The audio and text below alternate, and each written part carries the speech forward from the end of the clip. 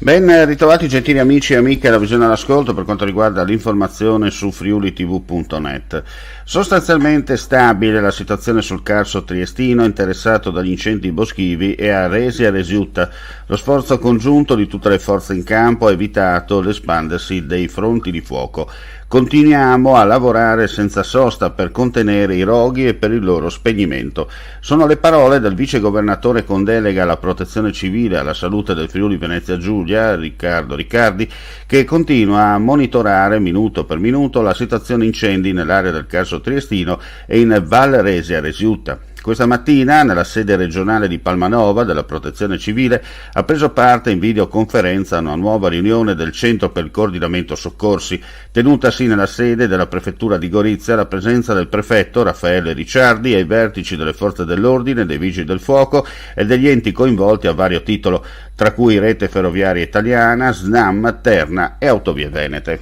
Ma restiamo in tema per dire che dopo una fase relativa a calma, nella notte stamattina l'incendio che sta interessando anche la regione del Carso nel lato sloveno si è nuovamente intensificato con i locali vigili del fuoco, i gaslici, che stanno attualmente combattendo roghi in 3 località separate.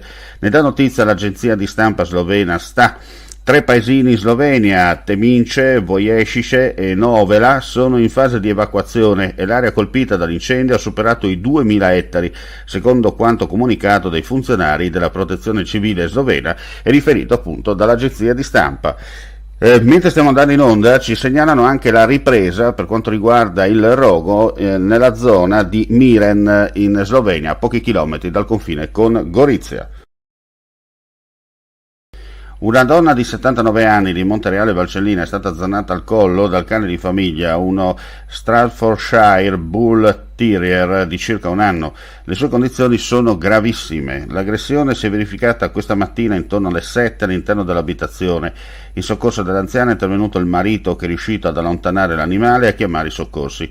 Indagini sono in corso da parte dei carabinieri della locale stazione che, su disposizione della procura di Pordenone, hanno posto sotto sequestro l'animale. La donna è stata trasferita d'urgenza in codice rosso all'ospedale di Pordenone, dove è stata sottoposta a intervento chirurgico.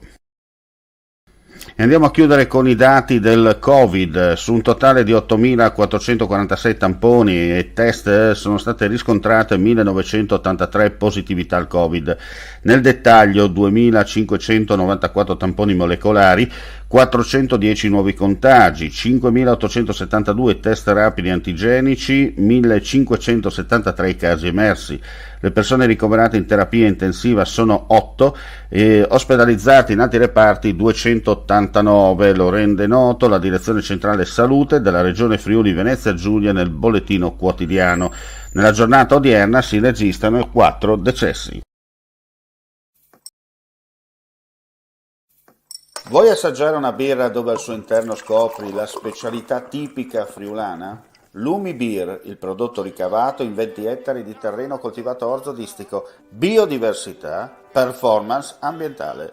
Lumi Beer nelle sue 5 versioni disponibili, 4 per consumo veloce e dissetante e la versione Magnum per intenditori. Lumi Beer si abbina a qualsiasi palato. Lumi Beer è un prodotto esclusivo Azienda Agricola Pancera, il buon seme, i buoni frutti.